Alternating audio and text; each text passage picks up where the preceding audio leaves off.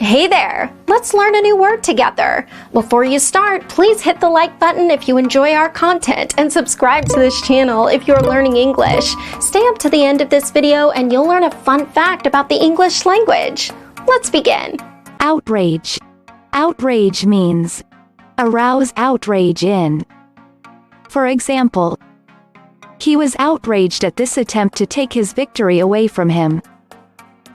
He was outraged at this attempt to take his victory away from him. Synonyms: enrage, infuriate, incense. Awesome! You learned that quickly. Let's put it in some sentences to understand how to use it. The first exemplar. Many people were justifiably outraged by the offensive ad. Now, repeat after me.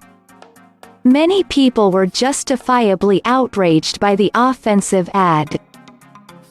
The second exemplar. After you chuckle, click here to read the predictably outraged responses. Now, repeat after me.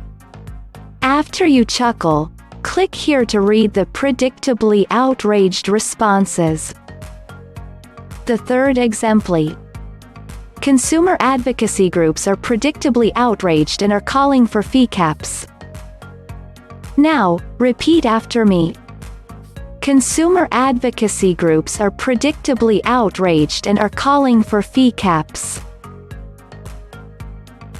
Now let's learn an interesting fact about the English language. English is the language of the sky.